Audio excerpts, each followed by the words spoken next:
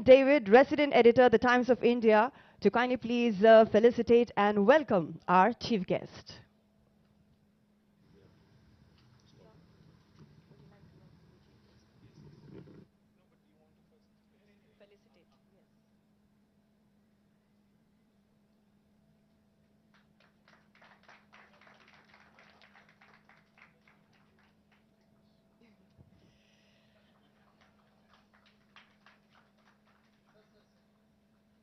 Yes, a beautiful plant sapling there. I also welcome the distinguished dignitaries who have so graciously agreed to be a part of the discussion forum today. Replanet is an initiative of the Times of India in association with Coca-Cola India. The objective of this campaign is to delve into different aspects of circularity across several economic sectors, focusing on how we have been dealing with our waste at different stages and the kind of policy that might be needed to fill the gaps while moving from a linear to a circular economy. This initiative also aims to provide a well-integrated picture of current resource economics across multiple value chains by focusing on specific industries or materials and gauging the potential and status of implementing circular economic principles. The campaign got launched earlier this year with a series of specially curated articles in the Times of India focusing on various sectors where different aspects of circularity were highlighted. As the campaign moves to the next phase, high-level state-wise discussions are being organized with stakeholders to discuss and deliberate on how an effective and implementable policy action can be taken and the same is adopted at various levels. I now request Mr. Robin David to please present the welcome address.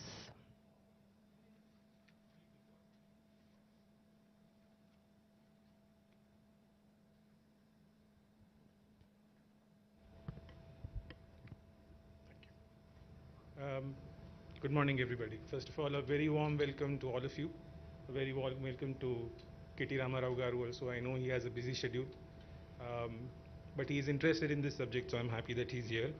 A warm welcome to Jayesh Ranjan Garu, to Shidana Kishore, Ms. Madhulika Chaudhary, and Ms. Krishna Ramesh. Thank you for joining us for this panel.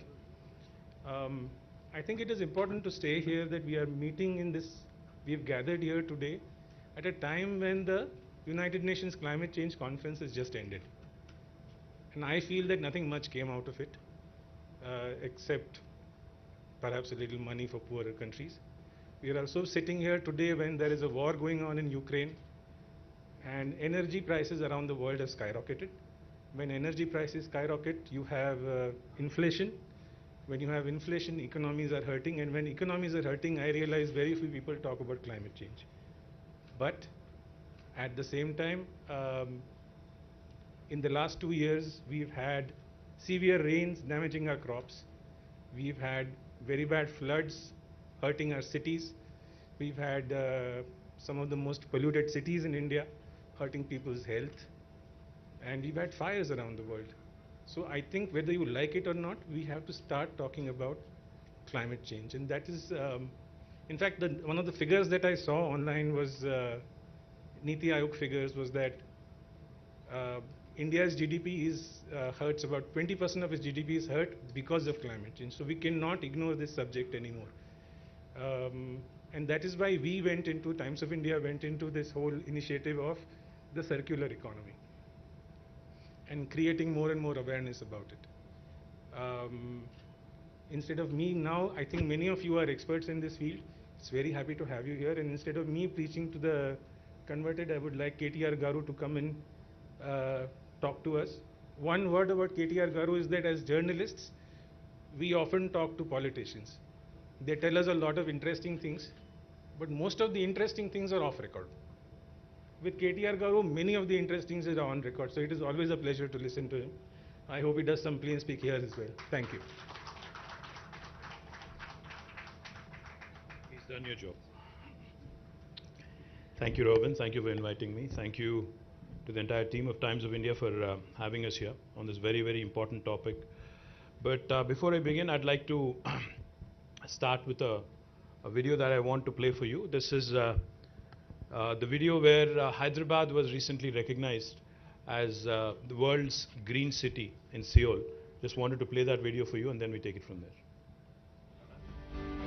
Hyderabad, a city with an iconic heritage. Besides advancing in technology, innovation and infrastructure, Hyderabad is also transforming into the world's #1 eco-friendly city, meeting the UN Sustainable Development Goals. Hyderabad was awarded Tree City of the World twice for the years 2020 and 2021 by FAO and Arbor Day Foundation.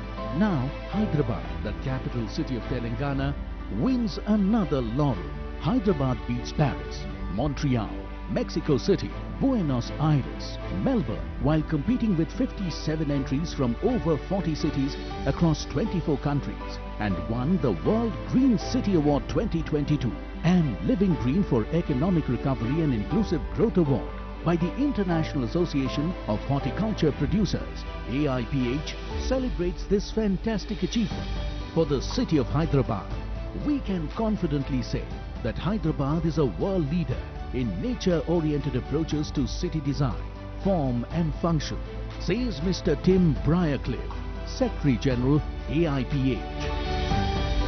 The credit for this remarkable achievement goes to the champion of greenery, Honorable Chief Minister Shri K. Chandrasekhar Rao, and his government for the various green initiatives and environment-friendly policies, particularly Telangana Ku Haritha Haram, the brainchild of the Honorable Chief Minister and the world's third largest human endeavor in afforestation.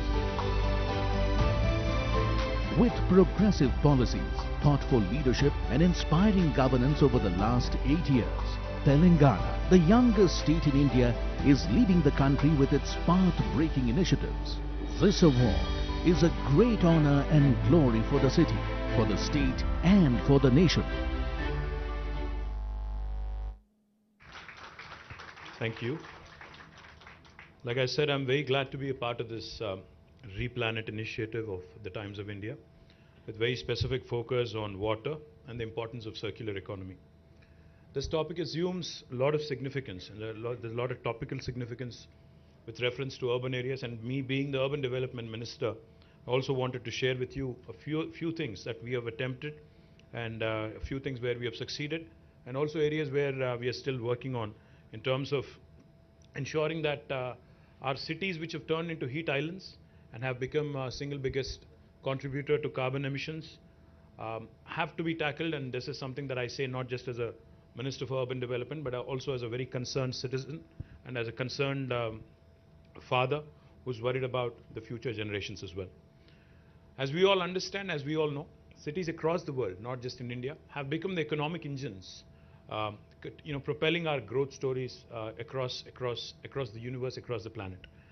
Now, if you just look at India, or if you look at Telangana for that matter, more than 45% of Telangana's GSDP actually comes from Hyderabad and the suburban areas of Hyderabad. Same is the logic for every single nation across the world. In fact, a few years ago, I've mentioned this before, but I'll say it again. A few years ago, I had a meeting with Satya Nadella, who is the chairman of Microsoft, CEO and chairman of Microsoft. So when I was sharing with him that Telangana is a very urban state and a large chunk of our revenue actually comes from urban pockets, Satya shared something very insightful and interesting. He said, even though Microsoft actually exists in nearly 180 countries in terms of presence, 70% of Microsoft's revenue also comes from 80 cities across the world. So cities have become magnets for investment. Cities have become magnets for migration, urbanization, primarily because, people migrate to cities in search of better livelihood opportunities, better education facilities, better healthcare facilities. In general, better living standards is what they come in anticipation of. As a result, what we are witnessing today is, Mr. Nitin Gadkari, Honorable Minister, Union Minister, keeps referring to this, and let me paraphrase him a bit. Mr. Gadkari keeps telling us whenever we meet him that whatever urbanization has happened over the last 5,000 years is likely to happen over the next 50 years. The same quantum of urbanization that has happened in the last 5,000 years will be happening again, will be repeating itself over the course of next 50 years. So that kind of points you to the enormity of the challenge at hand for all of us. The importance of urban areas, of course, cannot be overruled. It can be gauged from the fact that while urban areas in terms of geographical expanse constitute for 5%, but they contribute to 46% of the population in Telangana and to about 2/3 of the GSDP of the state. To put it in numbers, let me put it this way. If you look at Telangana as a state, our geographical area that the state currently kind of covers or extends to is about 1,12,000 square kilometers, out of which Hyderabad alone is 675 square kilometers. But if you look at other urban pockets also in the entire state of Telangana, it would not be more than 2,000 square kilometers. So what are we talking about here? 1,12,000 square kilometers versus 2,000 square kilometers. But if you look at the population, 46.8% of the population is in this 2,000 square kilometers, whereas the remaining population is in the rest of 1,10,000 square kilometers. So that kind of goes to show you why the urban infrastructure keeps crumbling. Because, the density of population, the paucity of space, that presents a huge challenge to the entire urban development department that I head. As I just pointed out, the socio-economic outlook of Telangana 2022 actually shows that Telangana's urban population is 46.8 compared to the national average of 31.16. That makes us one of the most urbanized states in the country. I think we are the third most urban state after Tamil Nadu, which is at 48.45, and Kerala at 47.23, and right after us is Maharashtra at 45.23. So that makes Telangana one of the most urbanized states in the entire country. And we are also one of the fastest growing urban economies in the country. When the state of Telangana was formed in 2014, we had 68 ULBs, the urban local bodies. But now the number has been increased to 142. That includes Hyderabad as well. Hyderabad, while we have still many challenges and many issues to tackle, I'm happy to share with you that over the last 5 years, and more particularly from the period 2015 until 2020, Hyderabad has been rated consistently by Mercer as the best city in India on the quality of living index. And I'm very, very proud of the fact that this has come even despite all the challenges after the new state was formed, the transition, etc., etc. But our goal is not just to be the best in India. Our ambition is larger. We are audacious in terms of vision, because our Honorable Chief Minister will not rest on laurels. He's not somebody who's content being known as the best in India. He's given us a task. He's asked us to be one among the best cities, best top 25 cities in the world in terms of livability index. And that's a humongous task, because if you look at the global rankings, while Hyderabad is number 1 in India in terms of livability, on the world index we are still 140. So that gives us another huge task in terms of moving up that ladder, because it's a huge task. So what are we doing? What are we trying to do to ensure that we live up to that vision? What are we trying to do to ensure that Hyderabad actually becomes a sustainable city in terms of all the methods, practices that we follow? One of the things I will talk about today, which I'm very proud of, our Metro Water Supply and Sewerage Board's MD is here, Dana Kishore. Let me also tell you something that I'm truly proud of. Hyderabad will become the first city in India come March, April next year, which would be treating every single drop of sewerage. We have undertaken a humongous task, are setting up nearly 31 sewage treatment plants with a capacity of 1,259 MLD of sewage treatment, sewage waste, costing us about 3,866 crore. And once completed at a secondary level, this treatment would be of secondary level and backed by legislation. This will make Hyderabad, among all Indian cities, the first city to have achieved 100% treatment of sewage, which I'm very proud of. And I do believe this will set a new benchmark for the rest of India. Now, how do we plan to reuse this water, treated water? We plan to reuse in construction, because construction is happening very, very aggressively across the city and also neighboring areas. We plan to mandate utilization of treated water by all the builders and construction companies, and we also will be using it for landscaping activities and horticulture activities. We could potentially also, in fact, use this water, treated water, to cool the furnaces and thermal plants and to do a number of other things as well. The second important intervention that I would like to talk about is effective management of surplus runoff water, especially during floods in Hyderabad. You know, a lot of people complain, a lot of people talk about how cities in India, cities across the world are not equipped, fully to handle flood-like situations. Robin talked about climate change. Climate change, global warming was a topic that we used to read about in newspapers. Look at it, glance at it for a minute, and then used to say, okay, this is not my concern. This possibly is happening elsewhere in the world, not in my backyard. That was the approach earlier. But now, we all know climate change is real. It's already knocking on your doors. It's already at your doorstep. It's affecting all of us. As a person who's involved in public life, as a policy maker, I've been witnessing some very disturbing changes across different seasons. We are now accustomed to unseasonal rains in October. And we are also accustomed to, unfortunately, late arrival of monsoons. We are also accustomed to cloudbursts. And we are accustomed to 45, 46 degrees temperatures in summer. Now, these are unusual patterns. These are exceptional patterns. But looks like exception is going to become the norm. Expecting the unexpected is going to be the challenge for governments. I cannot take cover, I cannot take an excuse to my citizens stating that cloudburst and unseasonal rain, unprecedented rain has resulted in a flood-like situation, which may be the reality. But I don't think the citizens are going to accept that sort of an explanation in future anymore.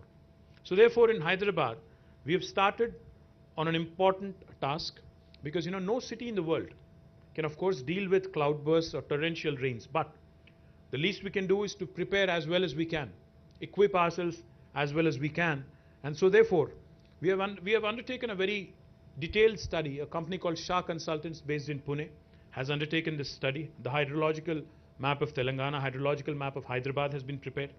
We have mapped surface runoff flows, micro basins of drainages, blockade points, and what needs to be done to address the issue on a permanent basis. Out of this, we have actually formulated a new idea called a Strategic Nala Development Program, SNDP. Happy to share with you that this Nala development, which has started with about 1,000 crores of initial estimates, has been going well. Of course, there's a long, long way to go. But I do believe that we have made some few decisions and few important projects have been kicked off in the right direction. The third thing I'd like to talk about is solid waste management. When this government came into office in 2014, the total waste collection, municipal solid waste collection in the city of Hyderabad was about 3,500 metric tons per day. But today, that has increased to 6,000 metric tons per day. And what we have done in the last 8 years is, we have come out with a policy on ensuring not just municipal solid waste, but all kinds of waste, construction and demolition waste, liquid waste, which is sewage, also biological waste, and e-waste. All of these forms of waste are being processed diligently, are being processed scientifically to ensure Hyderabad becomes a benchmark and Hyderabad becomes a leading example of how a city can function. Now let me elaborate a bit on municipal solid waste. We have in fact commissioned a 20 megawatt plant, South India's largest municipal waste to energy plant in Jawahar Nagar Corporation, which is very close to Hyderabad. Not only have we commissioned a 20 megawatt waste to energy plant, we are also building another 28 megawatts of capacity at this plant, which will consume all the dry waste. All the wet waste will be converted into compost and it will be sold to farmers as fertilizer. The wet waste, the dry waste will be converted into power. Beyond this 48 megawatts of municipal waste to energy, we are also contemplating setting up another 20 megawatt plant. Altogether, this will take our capacities to nearly 68, I think 72, I believe, altogether. And this will ensure that 100% of all the dry waste in Hyderabad is converted or incinerated into energy. The other thing I'm very proud of also, Telangana in its municipalities, 142 municipalities, will be completing a very unique program called as the FSTP, the Fecal Sludge Treatment Plants. Human waste that's excreted is also now being processed, is also now being handled in a scientific fashion, and we are ensuring that on a modular basis, all municipalities by the end of next fiscal will be having a fecal sludge treatment plant. We've already completed this in 68 municipalities. We're also trying to cover the remaining by the end of this fiscal.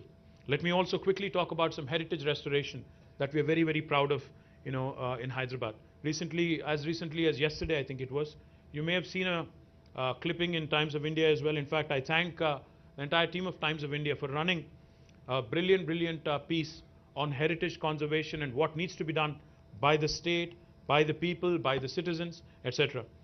I'm very proud that two of very important monuments, the step wells in Kuli Qutub Shah tombs have been recognized by UNESCO, and so has the Domakonda Fort in Kamareddy district. Both of these have been recognized by UNESCO as World Heritage Monuments, but our ambition is larger. We want Hyderabad to be recognized as a World Heritage City, and we are working diligently towards it. Let me talk a bit about restoration of heritage structures that we have done as have been involved in as a government. One of the things I'm very proud about is the restoration of Mozum Zahi Market, which has once again regained its lost glory. Because I remember as a kid, as a student, I used to frequent the Mozum Zahi Market. It is famous for its market, and also I don't know how many of you have had famous ice cream there. It is truly famous. You should try it if you haven't. Likewise, the clock tower at Mehboob Chowk, Sultan Bazaar, the CSI Church, Ram Gopal Pet Police Station at Monda Market, and Shah Ali Banda. All of these are being restored. We've also done Kaman restoration at Maula Ali Kaman, Char Kaman at Charminar, and Bansilal Pet Kaman at Secunderabad. I'm also happy to announce that restoration of step wells. I'm happy Kalpana Ramesh is here. She's been doing some pioneering work in restoration of step wells. Bapu Ghat, where she was also involved, her team was involved. Bansilal Pet, my compliments to you, Kalpana, and the entire team of municipal administration and others who have worked together. Gachi Bauli, Victoria Memorial School, Goshala, 6 step wells which have been restored by the Aga Khan Foundation at Kuli Qutub Shahi tombs, and 2 step wells at Narayanpet and 1 at Chautupal. The initiative, which started at a small scale with the cooperation of Rainwater NGO, is now fast becoming a public movement, and a lot of people are taking pride in the restoration that has been done. In addition, we've also taken up some restoration works at Ashur Khana, Hussaini Alam, Darbar Hall, Koti Women's College, and restoration of Kuli Qutub Shahi tombs. Our upcoming restoration works also include reconstruction of Mehboob Chowk, popularly known as the Murgi Khana or Murgi Chowk, Sardar Mahal, Julu Kaman, Lad Bazar, Mir Alam Mandi, State Central Library, Sheikpet Sarai, and Khurshid Zahi Devdi. These are some of the few. In fact, Hyderabad has about 218 heritage structures, both private and public.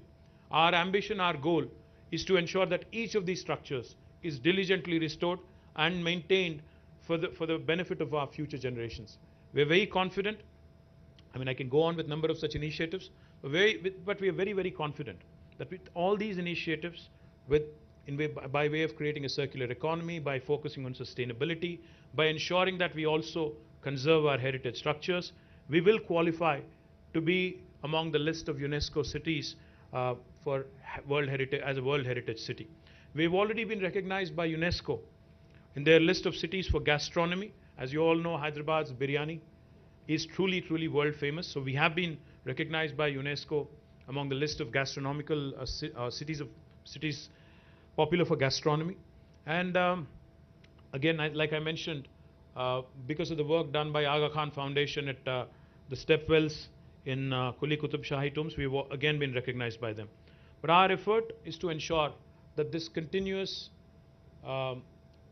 exercise, endeavor, to maintain that perfect mix of modernity and old world charm, rich heritage and culture, the Ganga Jamuna Tehzeeb that Hyderabad is known for, will prosper, will thrive, and every Hyderabadi eventually will feel proud of all the work that is being done by the government and its citizens. I'd like to play a small video before I close out so that you understand exactly what is being done. Thank you. Jai Telangana.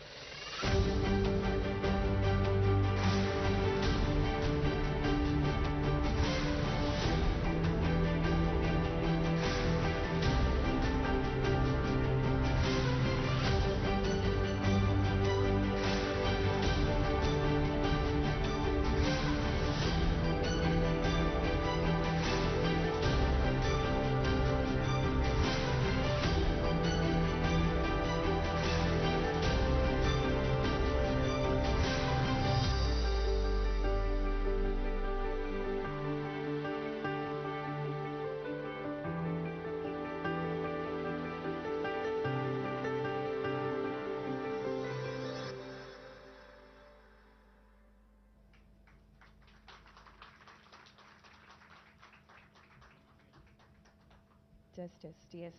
Thank you so much, our Honorable Minister, for sharing valuable insights and inputs with all of us here today and always inspiring us. And then again, we look forward to seeing Telangana as one among the top 25 cities in the world. I now request Mr. Robin David to kindly please present the closing remarks. Thank you very much, KTR Garu, for sharing your perspective. I think there were three takeaways for me from this entire exercise. One is that you want to make Hyderabad a climate resilient city. Secondly, you want Hyderabad to be one of the most livable cities in the world. And thirdly, you want it to become a World Heritage City. All three, Times of India would be very happy to work with you on. We've already done a sustained campaign on heritage. We will also work with you on the other two initiatives, even if we are occasionally critical of what we say. Thank you.